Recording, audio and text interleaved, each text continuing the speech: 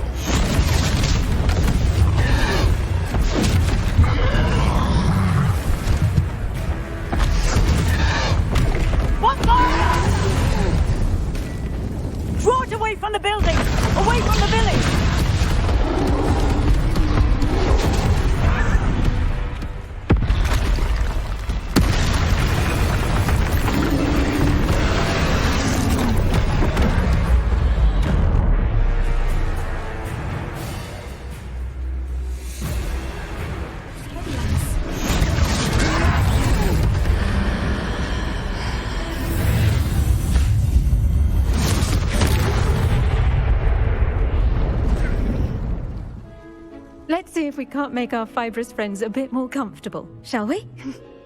First, let's protect our ears.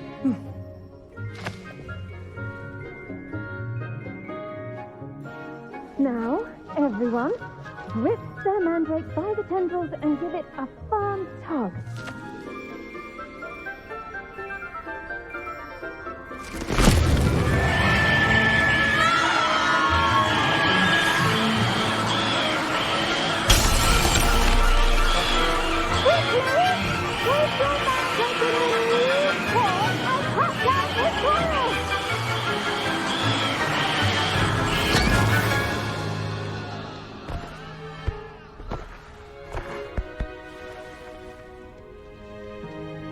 The soil should envelop the root like a warm, dirty blanket, putting the mandrake right at ease. Reparo! I'm very sorry about that. Yours was a bit mature, I'm afraid. All right then, off you go. Splendid work, everyone.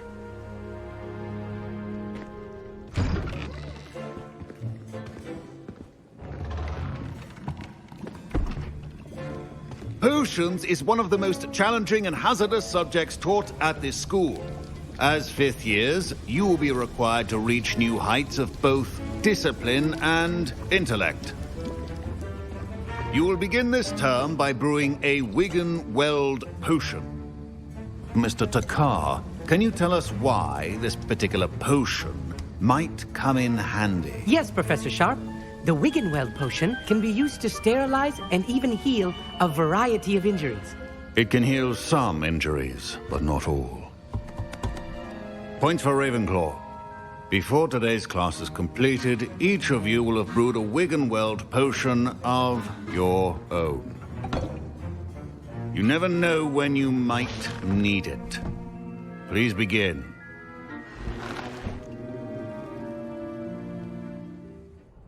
You wanted to see me, sir? Yes, Sir Nicholas de Mimsy Porpington, at your service. Nice to meet you, Sir Nicholas. Mr. Clopton, your attention, please. Sorry, Madam Kagawa. Everyone, please welcome a new student to our flying class. Welcome. Hello. The goal of today is to remind all of you how to maneuver on a broomstick safely, as broom flight is, first and foremost, a means of transportation. This, I fear, some of you have forgotten. Diving, rolling, and loop-the-loops will not be taught or in fact tolerated in this class. We'll leave that to professional Quidditch players, like the Toyohashi Tengu. Not a fan, I take it? Now, let's see how well everyone kept up with their practice over the summer holidays. For those who need a refresher, step up to your broom, say up firmly and clearly, then kick your leg over and rest your weight on the seat. Up! Thank you. Now, your turn. Up! Up! Up, you stupid ratty school broom! Up!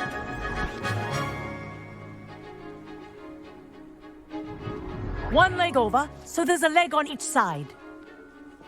None of that side saddle nonsense. A gust of wind will throw you right off.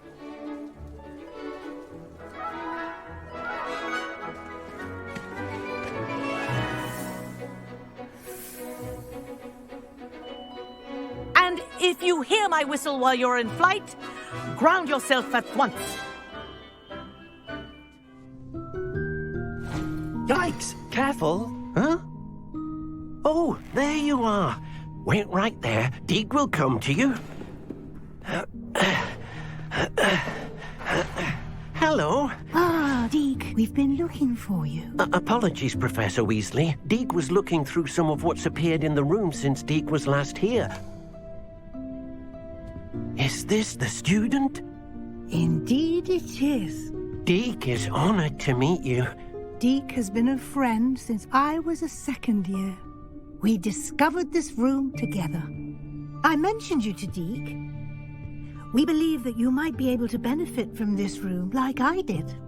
Deke, would you be so kind? Of course, Professor Weasley. Go on, introduce yourself to her. But be careful. You must always show hippogriffs the proper courtesy before you approach them.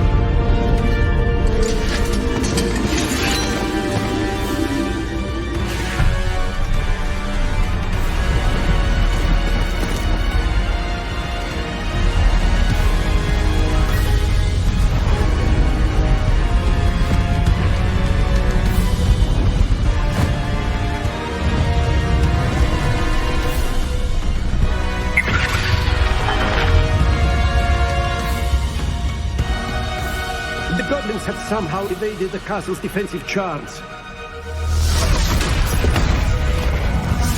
Steer them this way! We shall make quick work of them!